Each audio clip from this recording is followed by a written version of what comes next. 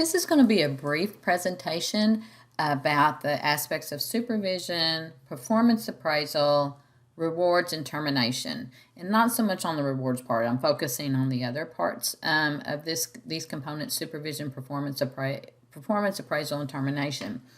The book does a really good job of getting into the details, the technical aspects, and the nitty-gritty of that. So I'm really just going to give you an overview of those technical side.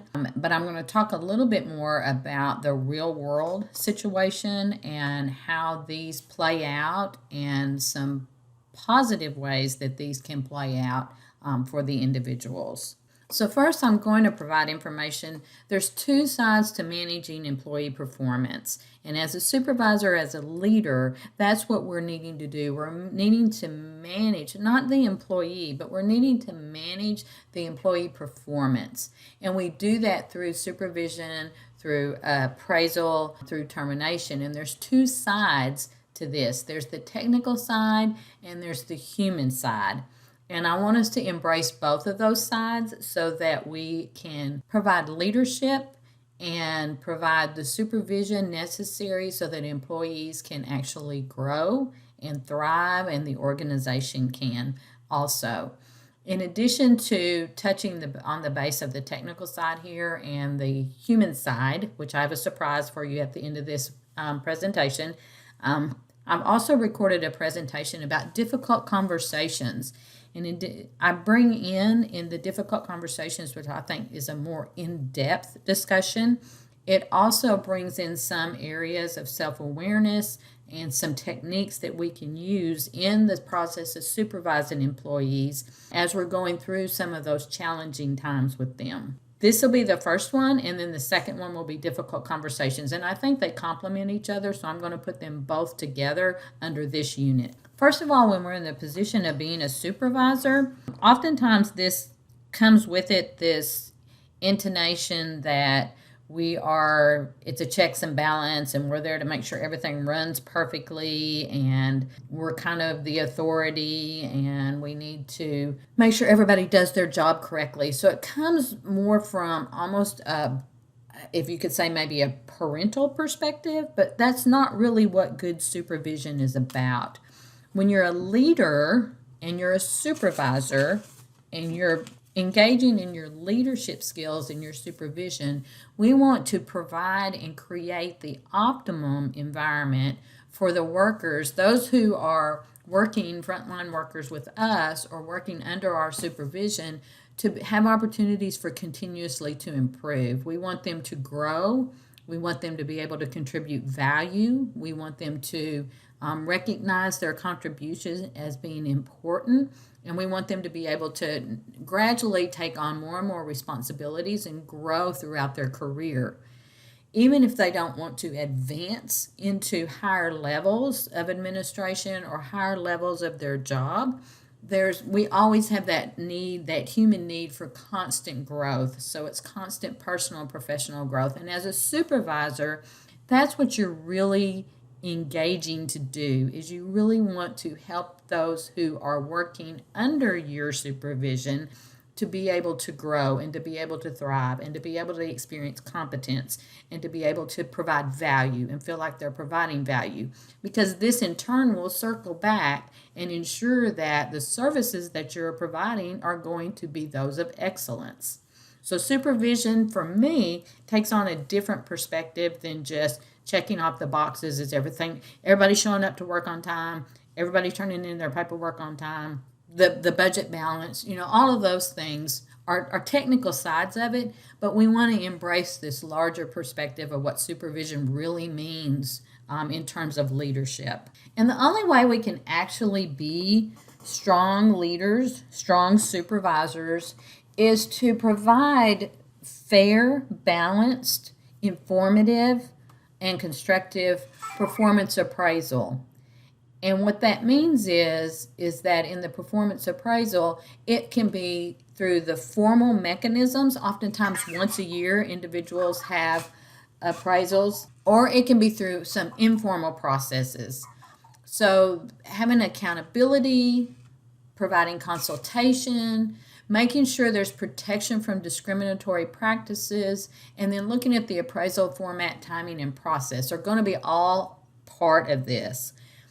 Accountability, that means we need to set goals and objectives, and we need to set goals and objectives for our staff who are working under our supervision, again, to be able to master their job, to be able to have opportunities for growth, opportunities for personal development. And how is that going to be accountable? How will we know that they've achieved the goals that they've actually set for themselves and that we've helped to identify? So there has to be some measurability in that. Consultation, we can provide consultation. We can provide it in a formal setting, or we can provide it informally in terms of helping them work through some complex processes if they need to, even outside of a formal appraisal format. We want to be sure that in a supervisory position that we protect from discriminatory practices, and this is our responsibility also. If it's brought to our attention, if we recognize it, we need to address any type of behaviors, verbiage, wording, actions throughout our departments that could be considered to be discriminatory. We just really don't want to have that in our departments, not only from a legal standpoint, because it can get into legal issues. It certainly is ethical, but it certainly doesn't produce the excellence we want in our departments. So this is something that we want to really make sure that we stay on top of, and that we don't, when issues are brought to us, we don't just push them aside. We actually hear them out. We investigate those. We take actions according to policy that need to be taken actions, but we want to ensure that discriminatory practices are absent. Because if we have discriminatory practices within the agency, within the organization, this is actually going to impede individuals from being able to achieve their optimum level of performance, and it could potentially reflect on their performance appraisals at some point and harm their careers. So that's part of that systematic process that we want to make sure we alleviate, we address, that we don't allow it to perpetuate, because it will impede individuals within the department. Then we also have to consider the appraisal format, the timing, and the process. There's a variety of processes that happen. As in, normally individuals have appraisals once a year. Maybe right after you hire somebody, they'll have an appraisal within 3 months, and then within 6 months, and then they'll go on to the annual evaluations. Is that enough? Does there need to be some informal appraisals through that so that there's some feedback? In terms of the performance appraisal, in terms of the environment, in terms of accountability, you have to, as a supervisor, you have to be fair and you have to be transparent. Individuals need to know what the expectations are. In the other presentation, you'll hear me talk about Brene Brown talks about painting it done. And so when we have a job description and when there's expectations for individuals to do certain things and carry out certain tasks, we want to paint it done for them. We don't want to assume they're going to know how to do it. We want to tell them, we need this to be done in this way. This is what it's going to look like when you've accomplished it. That's part of good supervision, and then that allows individuals to actually meet and obtain and exceed the expectations in their job. Part of that responsibility comes onto us. We have to paint it done for them in their job description so they know exactly what is expected of them, exactly what we're looking for. The other saying that I like to say is, nobody can read my mind unless I write it down. Unless I write down what's in my mind, you can't read it. And we fall into this sometimes when we're in supervisory positions. Well, it says in the job description to do this, but we've not sat down with the individual working in that and said, what does this mean to you? And saying, yes, that's exactly what it means to us, or no, this is what it means to us. That's an important aspect in that appraisal process, and that may need to happen outside of that formal once a year process. It is not good practice to wait until the annual evaluation and then start bringing up the failures that the employee has had all year long. That is unfair to everybody. That's unfair to clients, that's unfair to the employee, that's unfair to the organization, that's unfair to coworkers. So you need a mechanism for addressing these along the way. The corrective action process. The book titles this, We Have a Problem, You Have a Problem, Probationary Interview, or Termination Interview. In many ways, I don't like this terminology at all. I don't like saying we have a problem, and I certainly don't like saying you have a problem. To me, that just carries with it some negative connotation, and it's going to potentially put somebody into a defensive mode. But let's talk about a corrective action process from the real world perspective. And so one way to do this is to, again, be very clear, paint it done. This is what I need to happen. If there is concerns with an employee's performance in terms of how they're performing their work, their position, their attendance, whatever it may be, the first thing we want to do as a supervisor is we want to check our thoughts, and then we want to come from a perspective of positive intent. And what that means is we always want to come from the perspective that the employee is doing the very best they can within their situation. And so we need to have a more in-depth understanding of what their situation is. Are they in over their head? Do they have other things that are distracting them from their work? Do they not have a good understanding of what they need to do? Have they not had the training they need to have? Whatever that looks like, we actually need to delve into that and come from that perspective of positive intent. This the fact that every action that an individual takes, there's some form of positive intent behind it. We don't want to always come from the perspective that they're being difficult, they're being lazy, they don't know what they're doing, they like to stir up trouble. We want to be careful when we're talking about corrective actions. The other thing that we want to make sure of is that we're not talking about the individual themselves. We're talking about the behaviors that needs to be corrected, not the individual. This is not a personal attack on the person. This is about the tasks that they're completing and the behaviors that they're engaging in and the work that they're doing, not them as an individual. It takes some practice to separate those things out. And I think that's why I don't like the terms we have a problem or you have a problem. I just want to say there's a concern here, and this is what the concern is. So let's arrive at a way that we can correct this. And again, to use it from a supervisory perspective as a way for growth, and to, as a supervisor, look at it inside of myself. Have I provided this employee with everything they need? And I need to take an honest look at that. Have I provided them with the training they need? Have I provided them with the tools that they need? Have I provided them with the feedback that they need? Have I provided them with everything that they need to be successful? And if I haven't, then I take some ownership in that too. So then the conversation becomes, how can we work on to make this a better situation? You usually begin with the verbal conversation. So there's some verbal conversations that typically happen before you get into a very formal corrective action process. And corrective action processes do have to happen. It is part of the human resources policy and procedure to arrive at a decision to terminate an employee if that has to happen. So this is important, but how you go about it's also important. And so after you've had a few of those conversations that are kind of informal conversations, you may document them on your calendar. You may choose to document them back to the individual. So sometimes after I've had a conversation with an individual about some things that we need to work on to improve, I will send them an email, or I will put it into a letter format saying, confirming this is what we talked about on this day at this time, that moving forward, I'm going to accept these responsibilities, you're going to accept this responsibility, we're going to get back together at this date and see how we're doing. That documents the informal conversation. So you may have a conversation in passing just to say, hey, we've got to look at this because we're experiencing some challenges here. So let's look and see how we can do this differently.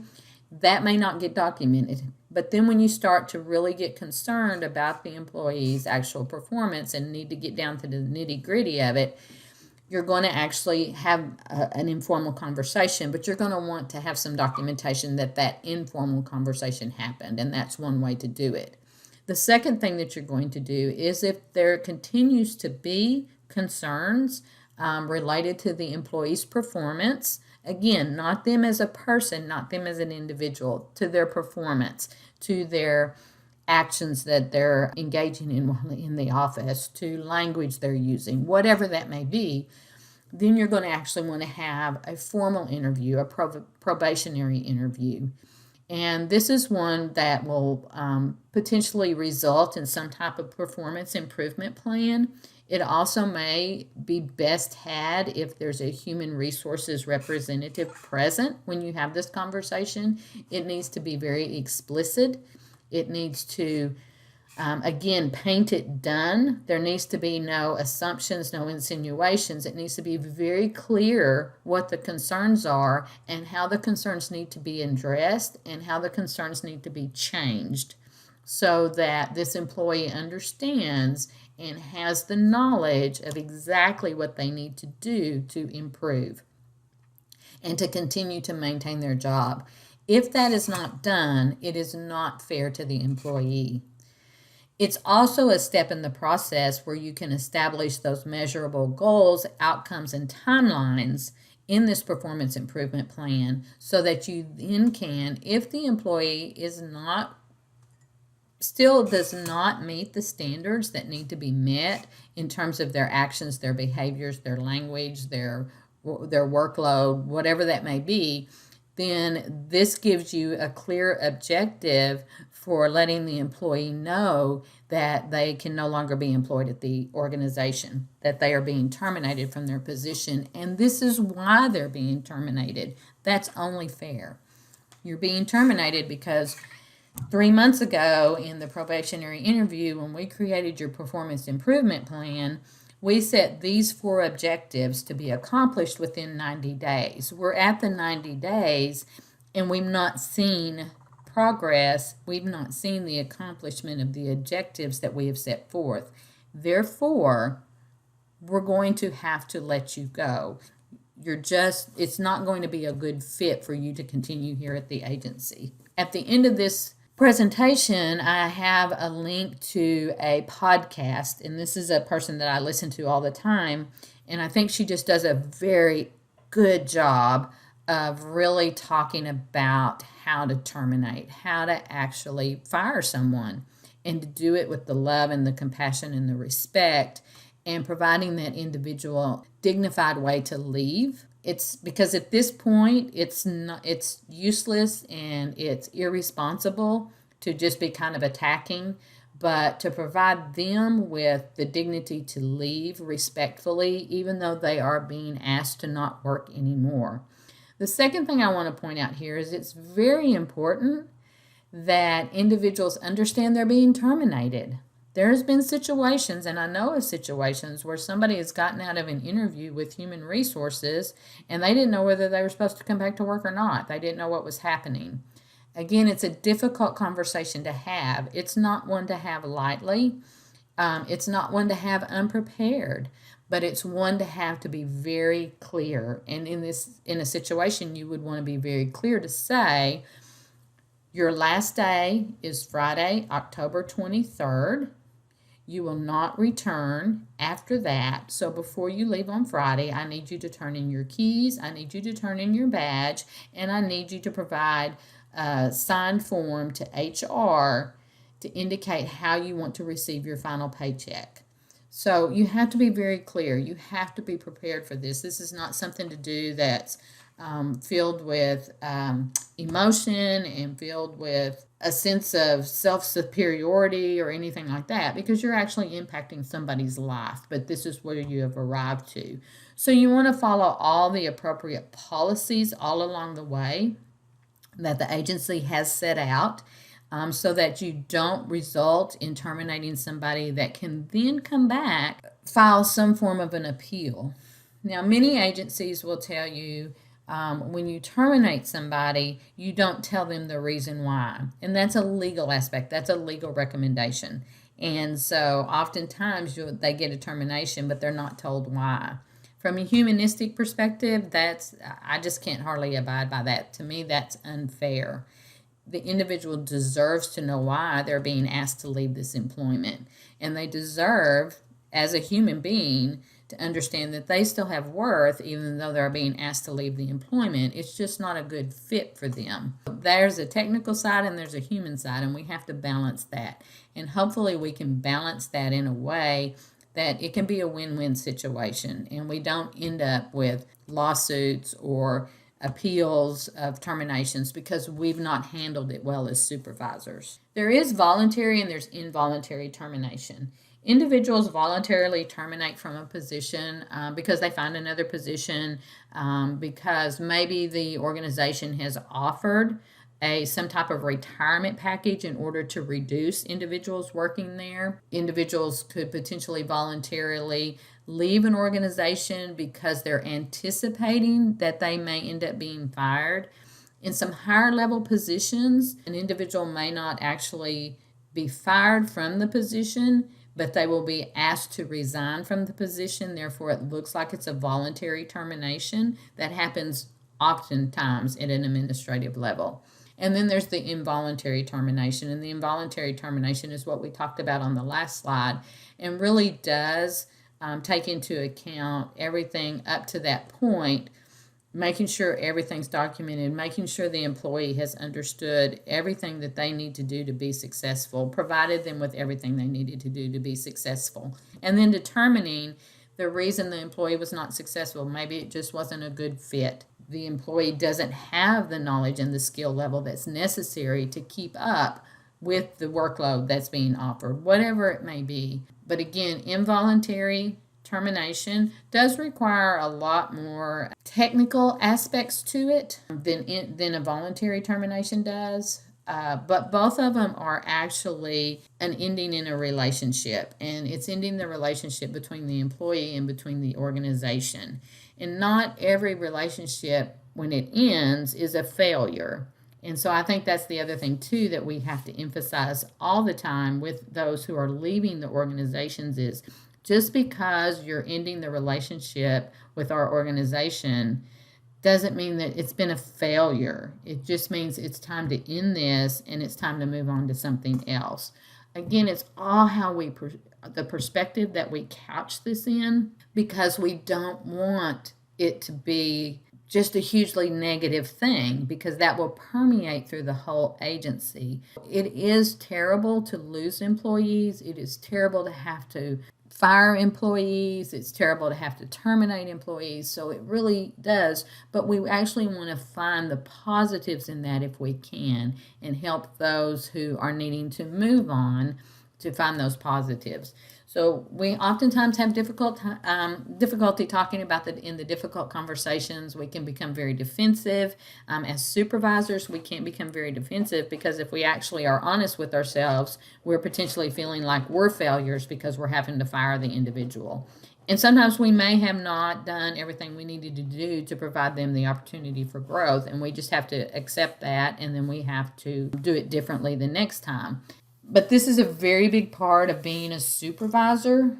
For many individuals within an organization, you may have the power and the authority, or you may have the responsibility. Sometimes you don't have the power to make the decision, but you have the responsibility of delivering the decision. So either way, we really need to practice on having difficult conversations, and then we really need to recognize the reasons why individuals are going to be terminated from employment, and then separate out the reasons from the individual. That's very important to do. So on the next slide, there is a link. There's an embedded video. And again, it's a podcast that's done by Brooke Castillo, who's the owner of the Life Coach School. She is somebody I've listened to now for about 3 years. I think she really does a good job of providing some realistic perspectives on some very difficult aspects of managing an organization. Of course, she's an entrepreneur and she started her own organization, so a lot of her perspectives come from that. But I encourage you to listen to this podcast. I think it's like 36 minutes long. And occasionally you have to listen to her promoting herself because, again, she has a business, and that's okay. But she really does provide some very good insights and techniques, skills into how to manage terminating somebody from employment. So I just think it's very, very, very good to listen to, and it's something that I have adopted and incorporated a whole lot of what she talks about throughout her whole podcast. If you want to listen, if you're in the car a lot and you want to listen to a good podcast, it is a good podcast and it's free. But she does a really good job with this. So I encourage you to listen to this and then to move on and listen to the recording about having difficult conversations. It's more in depth and it goes over more aspects of difficult conversations, but I'll say that any aspect of the difficult conversation I touch on is going to raise its head within the supervisory relationship, all the way down through the potential of having to terminate an employee. So hopefully these two presentations will be helpful for you from a real world perspective. Again, the book provides the technical details. You always have to understand your human resource laws and your human resource policies wherever you're working, and you have to follow those. But I think we can follow those from the human perspective, from the humanist side of it also. So the next slide is going to be the video, and I think you should be able to click on it. I will double check that. Enjoy.